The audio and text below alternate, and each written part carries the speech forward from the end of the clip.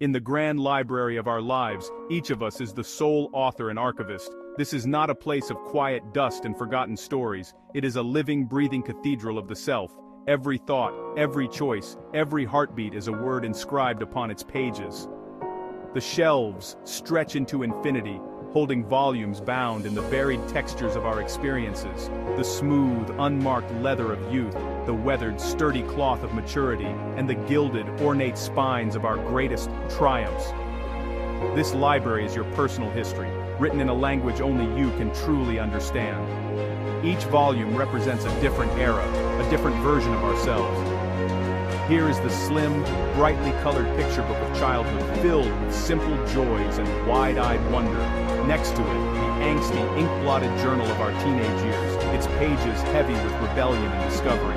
Further down, you'll find the dense academic tomes of our education, the thrilling adventure novels of our travels, and the quiet, contemplative poetry of our moments of solitude. Each book is a complete world, a self-contained universe that we once inhabited fully.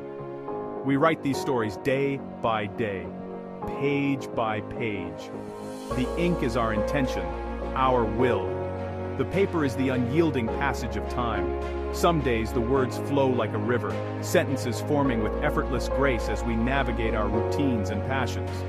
On other days, the ink clots, the pen scratches, and a single sentence is a monumental struggle, but the writing never stops. Every sunrise presents a blank page, an opportunity to craft a narrative of purpose, to edit a line of regret, or to begin a new paragraph with courage. But sometimes, a chapter must end. This is an undeniable law of storytelling. No character can remain in one scene forever. We feel it as a subtle shift in the narrative, a sense of resolution that settles over a particular storyline. We turn the final page, not in defeat, but in understanding. It is an act of acceptance, a recognition that this part of the story has given all it has to give. The arc is complete. To linger would be to write an epilogue that weakens the power of the ending. Some chapters became closed for good reason.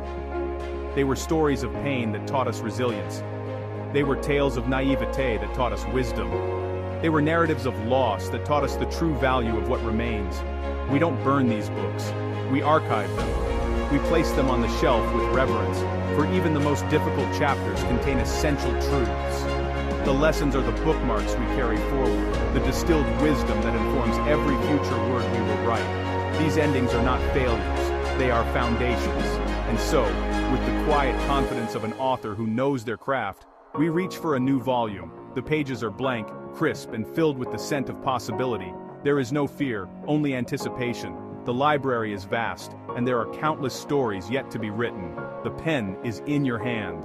The ink is ready. Take a deep breath, turn the page, and begin the next chapter. Your masterpiece is not finished. It is always and forever just beginning. Inspire yourself. Follow for daily motivation.